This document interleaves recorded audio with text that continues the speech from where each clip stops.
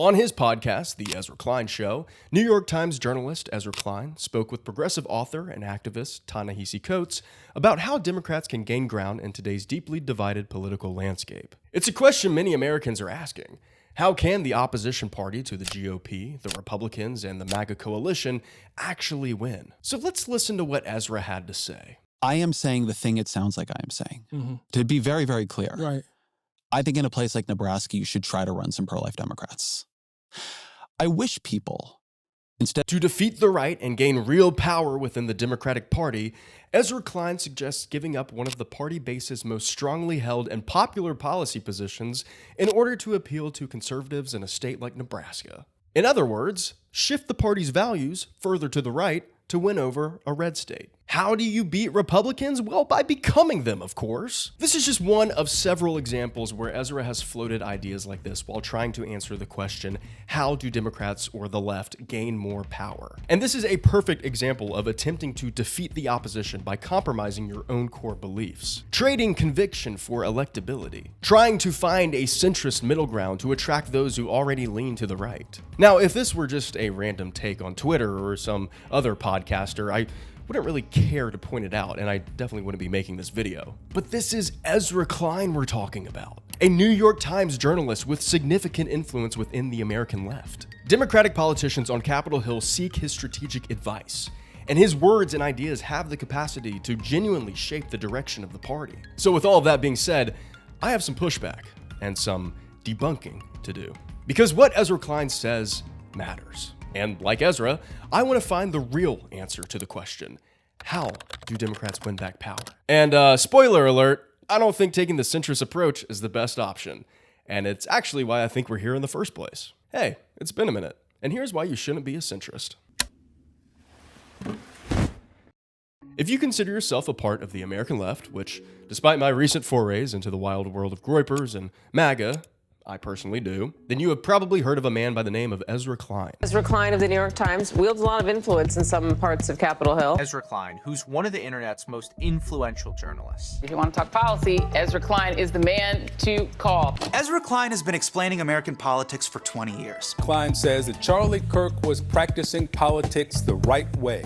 Ezra is an impressive multi-hyphenate media tour de force, a columnist-commentator-journalist-media exec-book author who co-launched the news website Vox in 2014 and now frequently writes for the New York Times and the Washington Post. However, more than anything, if I were to sum up Klein's vocation in a single word, Ezra is a podcaster. His podcast, eponymously titled The Ezra Klein Show, regularly features among the most listened podcasts in the country, with each episode racking up millions of views across its various platforms. Klein is unafraid to breach a wide array of topics, and he does so in his trademark analytical style, punctuating his interviewees with penetrating questions and observations delivered in perfect paragraphs that make it crystal clear that he has done his research, and also demonstrates that he really loves to hear himself talk. Just listen to this little soundbite from a recent podcast where Ezra just muses on the lavender scare and anti-communist and anti-gay backlash emerging out of the New Deal. you end up with this amorphous omnithreat. Communism is its heart, but maybe it's gay people in government and the sort of sexual and gender revolution that is speaking about or signaling. Maybe it's racial integration, labor unions. Maybe it's the New Deal itself. That sentence started with amorphous omnithreat and only got more convoluted from there. But look, I really don't want to turn this into a video where I just shit on Ezra Klein the whole time. I'm going to do that a little bit, but I also want to emphasize that he's a bright, curious thinker who I really do believe is operating in good faith. I would never bash someone for nerding out on energy policy or zoning laws. We need those knowledgeable and passionate nerds if we're going to solve the world's hopelessly tangled and complex problems. My gripe with Ezra isn't that he doesn't have good ideas or that he doesn't mean well. It's that he professes a worldview that fails to confront economic inequality as the #1 issue plaguing our planet. And my whole thing is, if you're going to go on your podcast every week and profess your ideas to millions, if you're going to make videos like, "This is how the Democrats win," and text every Democratic operative in DC, if you're going to portray yourself as the guy who has all the answers to our problems, you should probably understand what our biggest problems are in the first place. And in that regard, I don't think Ezra has any clue. In this video, I want to examine what Ezra Klein actually believes, which I contend is a certain brand of centrism rooted in the neoliberal values that I've discussed in prior videos like the 2008 one and the 4 Things MAGA Actually Gets Right video. See, Klein's particular style of centrist ideology has a tendency to earnestly address concerns of the MAGA movement, willfully shifting the Overton window rightwards. Klein expresses willingness to punt on vital issues like abortion and quibbles endlessly on his podcast over the semantics of labeling Israel's endless killing a genocide. Conspicuously absent from Klein's discourse is any real discussion of class whatsoever. For a guy who will gleefully spend hours on his podcast discussing how means testing impacts zoning law, getting him to talk for 5 minutes about taxing the ultra-wealthy is like pulling teeth. More often, he spends time decrying economic populism as an oversimplified morality play, equivocating the roles of corporations and unions in American society. A lot is lost when you collapse the complex interests of politics into a simple morality play. This kind of low IQ, marshmallow brain boomer both sidism drives me insane. Well, sometimes the Republicans are right and other times the Democrats are right. And if we all just met in the middle, then everything will be okay. No, that's not the way the world works. In the real world, the working class has enemies. Billionaire capital owners and trillion-dollar corporations are not good faith actors who can be reasoned with. As Breaking Bad director Vince Gilligan recently described the tech oligarchs, it's basically a bunch of centy billionaires whose greatest life goal is to become the world's first trillionaires. I think they're selling a bag of vapor. So if it's not economic populism and redistribution, what does Ezra think is the solution? Well, to find out, you're gonna have to have read a little something called abundance. But before we get into abundance, I actually have another solution for a very different problem. See, I've hit that point where a few drinks at night basically guarantees I'm useless the next morning. It's like I have to decide between having a really fun night or feeling like a human tomorrow. That used to be the trade-off until I came across something called pre-alcohol. ZBiotics pre-alcohol probiotic isn't just another hydration gimmick.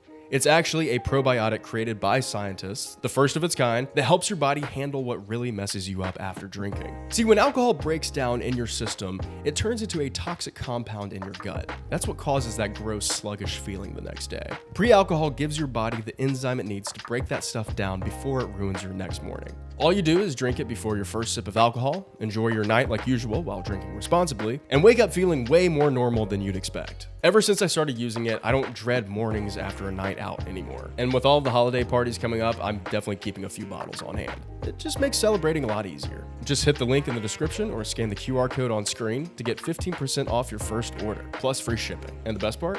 ZBiotics has a 100% money-back guarantee, so if you're not into it for whatever reason, they'll refund you. No questions asked. I don't know how else to say this, but this stuff actually works. It's kind of insane that it does. And a huge thank you to ZBiotics for sponsoring this video. All right, back to it. Co-authored with Atlantic author and fellow know-it-all Derek Thompson, the rather arrogantly titled Abundance is sold as, quote, a once-in-a-generation paradigm-shifting call to renew a politics of plenty, face up to the failures of liberal governance, and abandon the chosen scarcities that have deformed American life. The central contention of abundance boils down to this. Growth and innovation are being stifled by excessive government regulation. Klein and Thompson argue that by removing administrative restrictions on housing, infrastructure, and energy construction, America can build its way into an abundant future. Importantly, they don't wish to eliminate the government's role in this construction, but instead want the government to be able to act without having to contend with all the bureaucratic BS that prevents actually getting things done. And on this point, I actually agree with them. In fact, I feel like almost everybody does. Here's Bernie Sanders' take on the abundance argument. So I don't need to be lectured on the nature of bureaucracy. It is horrendous, and that is real. But that is not an ideology. That is common sense. It's good government. That's what we should have. Ideology is, do you create a nation in which all people have a standard of living? Do you have the courage to take on the billionaire class? Do you stand with the working class? That's ideology. Breaking through bureaucracy and creating efficiencies, that's good government. California should have been able to build high-speed rails by now. Zoning laws are overly restrictive in large cities. Wind farm construction shouldn't be tied to DEI incentives. All of these are narrow technocratic policy arguments, which I agree with. But as Bernie says, that's not an ideology. And when you tout your book as paradigm shifting and once in a generation, styling it as a treatise and labeling your followers abundance Democrats.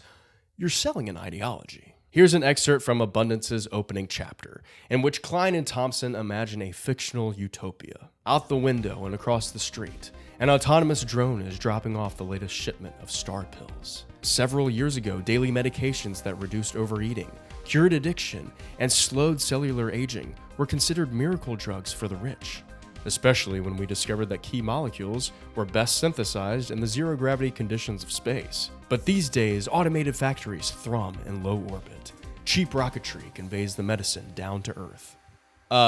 First of all, that world sounds scary as shit. If I wake up tomorrow and find myself in the abundance future, I'm going to grab a gun, snipe the nearest drone-delivered package out of the sky, rip open the container, take all of the star pills out, and swallow as many as I can until my heart stops.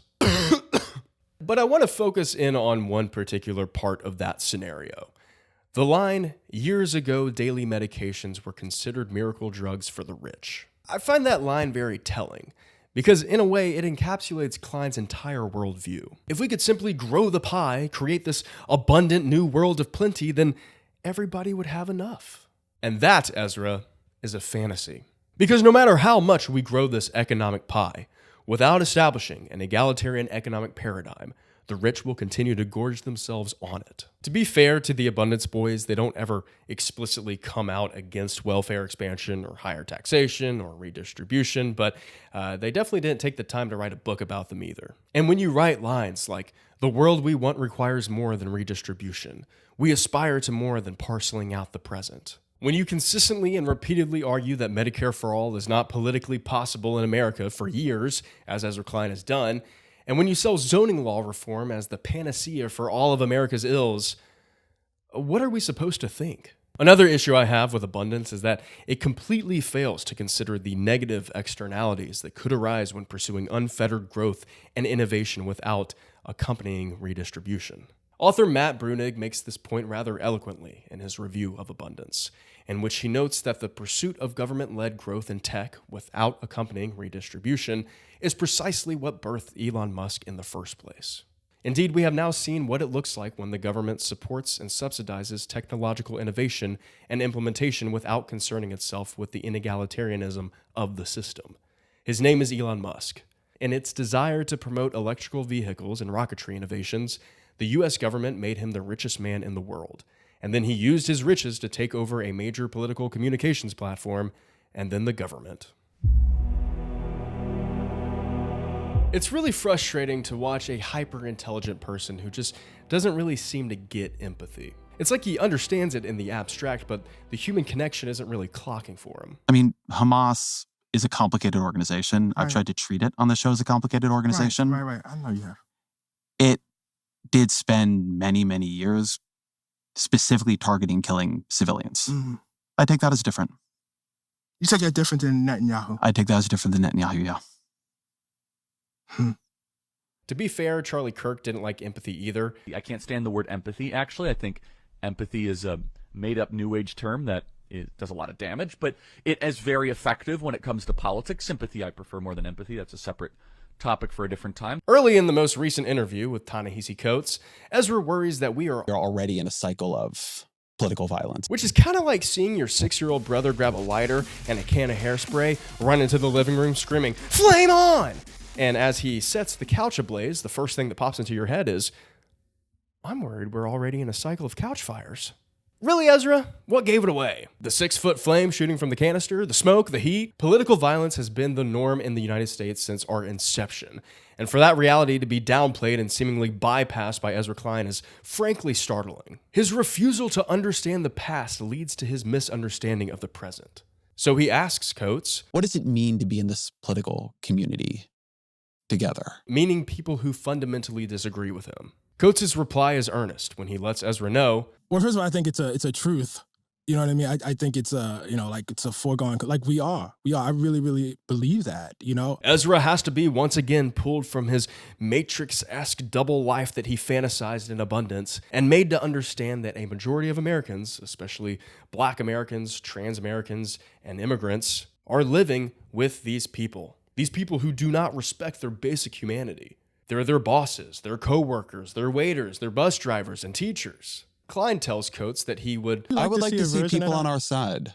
Yeah, go to evangelical churches, go to places that feel unfriendly, have conversations. Well, Ezra, I have some good news. People on our side have done that. It kind of reminds me of when Ta-Nehisi Coates went to West Point to talk about the history behind Confederate iconography on its campus. You should have him on your show. Oh, look, he's sitting right across from you. Ah, oh my God. I know for instance, I have. For instance, I don't know if it's on YouTube anymore, but I received an invitation, for instance, I think about when I went up to West Point and I had to go up there and talk about Between the World and Me. I had to challenge them very, very directly about what it meant to have, at that time, Confederate memorials up there. Do you really not recognize the kind of culture I'm talking about here? Like, really? He asks Ta-Nehisi, what happens if the dominant political force in the country falls on the other side of the line of what we deem acceptable? I'm saying, what happens if 35% of the country, 40% of the country, the dominant political force in the country is inside that? Does that change anything? Or no, like the line just holds? No, I mean, welcome to Black America. That's our history. The line we have drawn in general has not been majoritarian politics, unfortunately. That's just been what it is. Yeah, sorry, Ezra, but being opposed to fascists, racists, billionaires, and Christian zealots is actually not gonna be a fun thought experience for you and your nerd buddies. It's gonna be uncomfortable. It's gonna be uneasy and scary. It's gonna require you to stand up for something more radical than what you're advocating for. But that would take an ounce of charisma and an unwavering belief in what he was saying. And that belief, that passion that possesses people to stand up and be heard, to fight, to die for what they believe in, is yet another thing Ezra can't relate to. The benefit of becoming a well-known political commentator and Democratic insider? You've got a lot of scoops. You have a very deep understanding of the polling. You've seen the data. You've even talked to the nerds who harvested it. The problem? It's that all this data doesn't have a conscience. It doesn't have kids. It doesn't work or go to school. It doesn't face fear and hunger and hatred. It's not reality. It's binary. In another recent podcast episode titled The Blue Wave Cometh, Ezra breaks down the huge wins Democrats had across the country after election night on November 4th of this year. His main takeaway was that Democrats need to center their message around one key word. I like Spanberger's politics, her focus on affordability. I like Mikey Sherrill, her focus on affordability. I like Zoran Mamdani, his focus on affordability. It turns out a lot of voters are into this novel concept of being able to buy things like food and pay for stuff like a roof over their head and have enough cash to put gas in their cars so they can actually make it to the job where they get paid $12 an hour. Thank God we were able to gather some insightful intel from that election night. Some more paradigm-shifting thought coming from the Democratic Party's top political strategists. Apparently voters like the idea of not becoming homeless or, dead. However, that's not all Ezra took from the Democrats' massive win on election night. Near the end of the episode, Ezra explains how Democrats could craft their own distinct identity in contrast to the Republicans' spiteful and hateful rhetoric. There's a lot of power, a lot of political power. And as weak as it sounds to people to say, a politics of love, but I remember when Cory Booker ran on a politics of love in 2020, and I did an interview with him right around the time he dropped out. And we were talking about how it was very hard to make clear what a politics of love meant. Love. Anti-cruelty is the politics and affordability is the policy. Anti-cruelty is the politics and affordability is a policy. Now, you might be surprised, but I actually really like that.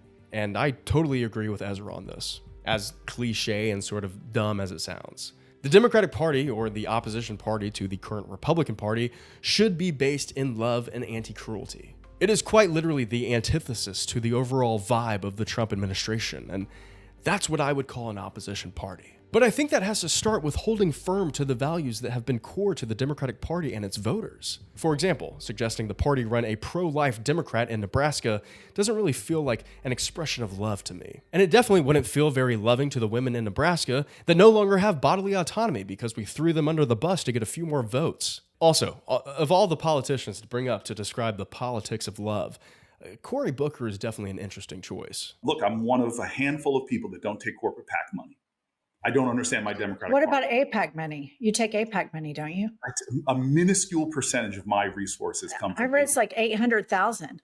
Yeah, but that's a lifetime number. I'm not trying to act like some moral authority here, but taking $800,000 from AIPAC and consistently voting to approve additional military funding for Israel, ensuring that they don't run out of their hot and ready missiles for their ethnic cleansing campaign in Palestine, doesn't really align with what I would call a politics of love. So while I agree with Ezra on where the party should go, this seems to contradict a lot of what he said in the past. Because I don't think compromise and love can go hand in hand. Not in politics, anyway. Why do we have to give up on values and marginalized people just to win over a few votes in a red Midwest state? And this is my biggest gripe with centrism as a whole. It seems like being a centrist essentially just means always being one step behind the opposition. So if the plan is to eventually cave to Republican policy later on down the road, why even vote Democrat in the first place? If the destination is the same, then we're just voting to slow down the inevitable dismantling of democracy in our country as a whole. But you know what? Maybe this is an unfair way to treat the ideology, if you want to call it that, of centrism. Ezra Klein is not our biggest obstacle to real change. He's not a bad person, and he's not the reason Democrats lost in 2024. So what does genuine centrism actually look like? And why do I blame it for getting us here in the first place? Let's zoom out for a moment. By the late 1970s, a political and economic ideology called neoliberalism started gaining real traction among people in power. Neoliberalism has sort of become the go-to villain when people critique the failures of modern liberal democracy. And honestly, for good reason. It laid much of the groundwork for centrism to take hold in American politics. Neoliberal policies began emerging toward the end of Jimmy Carter's presidency, but they were really cemented by Ronald Reagan in the United States and Margaret Thatcher over in Britain. In it, mate. But what does it actually mean? At its core, neoliberalism is the idea that the best way to run a society is to let the markets do all of the work. Free markets, minimal government interference, and personal responsibility. That's the formula. If you're American and these three main tenets sound familiar, that's because they are. No matter which party you voted for since the 1980s, both have largely followed the same neoliberal playbook. This is what people mean when they talk about the American Uniparty. Two supposedly opposing sides that might clash over some social issues, but ultimately agree that neoliberalism is the only way forward. Sure, some politicians and activists have drifted a little far to the left or to the right, and some voters start to question whether these neoliberal ideas are actually working for most Americans. But the Uniparty's job is to keep the culture wars and the identity politics front and center, to distract from the deeper economic rot that runs through both parties. That being said, over the past 40 years, while Republicans have continued to push for deregulation and tax cuts, Democrats have at least delivered some meaningful, if limited, progressive wins. Expanding healthcare through the Affordable Care Act, legalizing same-sex marriage, raising wages across some states, creating the Consumer Financial Protection Bureau, and investing billions into clean energy through the Inflation Reduction Act. All of these have provided real, tangible benefits, even if they haven't fundamentally changed how the system works for the better. Or, as Ezra Klein would say, shifted the paradigm. So when the party forfeits some of these beliefs in the hopes of winning small populations of Republican voters, well, you'll always lose. And not only do you lose, but you shift the country further to one side of the political spectrum. See, in practice, centrism isn't about finding the middle ground. It's about compromising for the party that wields the most power. And recently, the Republicans are that party. Take, for example, immigration. In the Clinton years, both Democrat and Republican leaders discussed immigration issues in pretty similar tones. All Americans, not only in the states most heavily affected, but in every place in this country, are rightly disturbed by the large numbers of illegal aliens entering our country. And for most of the 90s into the 2000s, voters had an unfavorable view of immigration. But we can see that around 2007, the two voter bases began to diverge more sharply on this issue. Democratic voters gradually became much more supportive of immigration. But as the right ramped up its anti-immigrant rhetoric, painting undocumented people as threats to national security, jobs, and culture, Democrats struggled to respond. We are going to build a great border wall to stop illegal immigration, to stop the gangs and the violence, and to stop the drugs from pouring into our communities. Instead of offering a clear moral and economic defense of immigration, the party began adopting softer, more cautious language, emphasizing border security and lawful pathways instead of inclusion or reform. Over time, this rhetorical shift became a kind of defensive crouch. The right's fear-based messaging about illegal aliens and open borders dominated news cycles and shaped public opinion, making Democrats afraid of appearing weak on immigration. Rather than directly confronting the xenophobia at the heart of that rhetoric, they tried to meet voters halfway. On the border, the choice is simple. Kamala Harris supports increasing the number of Border Patrol agents.